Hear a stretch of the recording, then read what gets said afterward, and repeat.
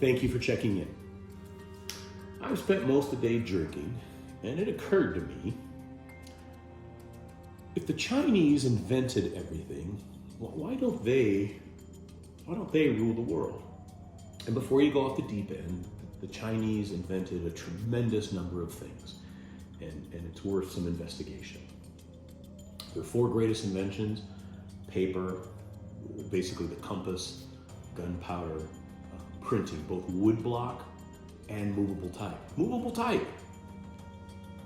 But did you know they also invented the bell, the wood coffin, cookware, pottery, a dagger or axe, deep water drilling. Deep water drilling. They were doing that in 1046 BC. Do you know how long ago that was? Fired bricks. They're building buildings with fired bricks. We're still using dried out manure. Lacquer. They invented lacquer in 5000 BC. Salt for curing. Salt for curing. That was in 6000 BC. They invented the oar for rowing, acupuncture, banknotes. They invented banknotes in the Tang Dynasty, which was a long, long time ago. Bellows, belt drives, rudimentary pest control. They invented the blast furnace, which allows us to make cast iron, which is really important. Breeching straps for ox or horses, which allows us to plow fields. Again, cast iron, chromium. In 210 BC, they were using chromium to stop their, presumably, axes from rusting. Coal fusion for steel process. They were doing that in 543 AD. They invented soccer, what we call soccer, but football for the rest of the world. They used it with military exercises. It didn't become entertainment or fun until much later. But you can thank soccer on the Chinese. Dominoes, fireworks, the wheelbarrow, Chinese. The adjustable wrench. I mentioned the compass. There's a compass. The seismograph for earthquakes. The rudder.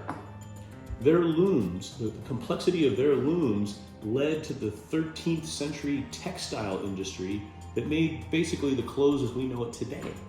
It's amazing. And that's just the tip of the iceberg on some of the things that they invented. So I had to ask myself, how is it that they didn't rule the world and we of the West, for the most part, for a long, long time, did? Well, it's actually a couple of reasons if you think about it. Their way of life, and water.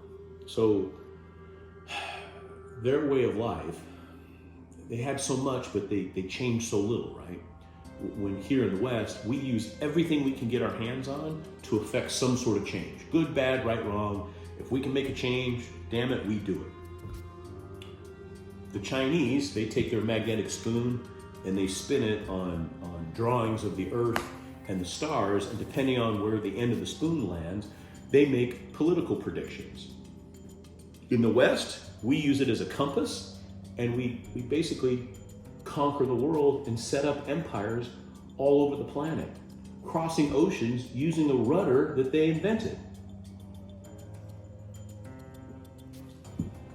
We take gunpowder out of fireworks and we make gunpowder. More on that in a second. But one of the largest reasons that they don't run the world at that time was Tao. Now take a look. Here's a symbol, or what I'm calling the symbol for Tao.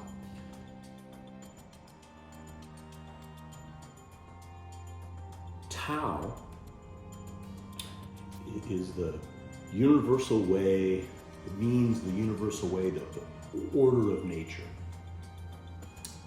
And Taoists, the scientists of their time, these scholars, basically put a rational order to things. They studied a ton of stuff, and basically all those things that they invented through using the idea of Tao, that rational order of things, gave way to all of those things that we would call technology today.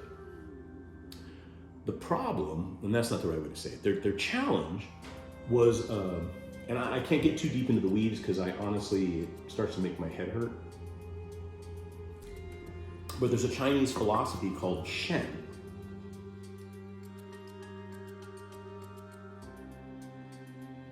And Shen is basically, it's a spirit that's in everything. It's in the trees, it's in the mountains, it's in the rivers, it's in people. And you can't reproduce it or cut it up or change it, because if you make any change, there won't be Shen in it, and everything has to have Shen, if that makes sense. If here in the West, hell, the Christian West, we will dissect things, cut stuff up. We will study something for a rational explanation, and we will use what we learn to make improvements. Hence the compass. Instead of making political predictions with a magnet, we conquer the oceans. Their other large problem was water. In 5000 BC, they started an irrigation project. But basically, they created irrigation for their entire country. And that's no small task. It's a big country. That's a lot of planning. That's a lot of people. What do you need when you need people and planning? You need a bureaucracy. So what do? They take a zillion people and they put them in rabbit holes. You do this, you do this, you do this, and you do not diverge from whatever rabbit hole you happen to be in. And even if you have a better idea, a better mousetrap, or you see some technology that might make an improvement, you're not allowed to move out of that. And I think some of that is Shen, and then some of that is just basically the control of people. So they're unable to get out of their own way. And during that time, in the West, the medieval West, hell, we're killing each other like it's free. Anything we can do to get ahead, that's exactly what we're doing.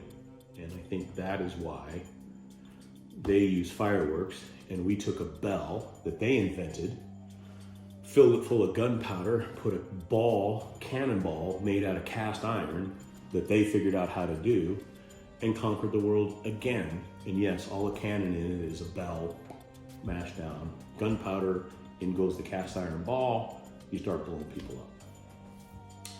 What does this mean? I don't really know. I just thought it was interesting, and I felt like I needed to share.